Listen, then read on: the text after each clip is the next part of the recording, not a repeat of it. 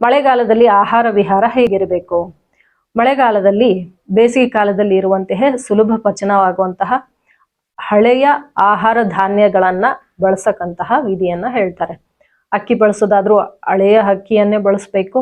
ಈ ಜೋಳ, ಗೋಧಿ, ರಾಗಿ ಏನನ್ನು ಬಳಸ್ತಾರೋ ಅವು ಕನಿಷ್ಠ 1 ವರ್ಷದಷ್ಟು ಹಳೆಯದಾಗಿರುವಂತಹದ್ದು ಆಗಿರಬೇಕು.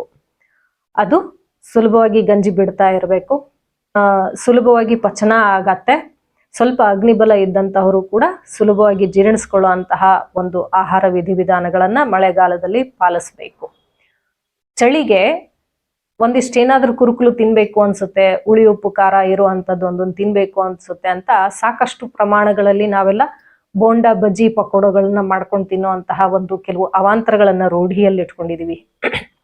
ಖಂಡಿತವಾಗ್ಲೂ ವಾತ ಪ್ರಕೋಪ ಆಗಿರುವಾಗ ಬಿಸಿ ಬಿಸಿಯಾಗಿರುವಂತಹ ಹುಳಿ ಉಪ್ಪು ಖಾರ ಇರುವಂತಹ ಸ್ವಲ್ಪ ಜಿಡ್ಡಾಗಿರುವಂತಹದ್ದನ್ನ ತಿನ್ಬೇಕು ಅಂತ ಅನ್ಸೋದು ಸಹಜ.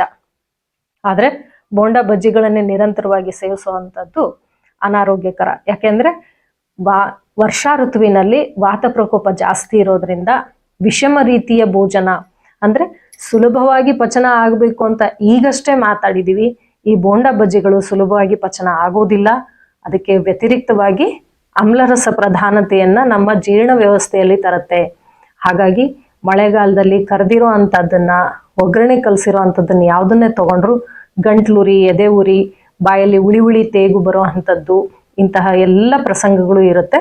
ಮಳೆಗಾಲದಲ್ಲಿ ಊಟವನ್ನ ಸಾಧ್ಯವಾದಷ್ಟು ಸರಳವಾಗಿ ಸುಲಭವಾಗಿ ಪಚನ ಆಗುವಂತಹ ವ್ಯವಸ್ಥೆಯನ್ನು ಇಟ್ಕೊಳ್ಳೋದು ಬಹಳ ಒಳ್ಳೆಯದು.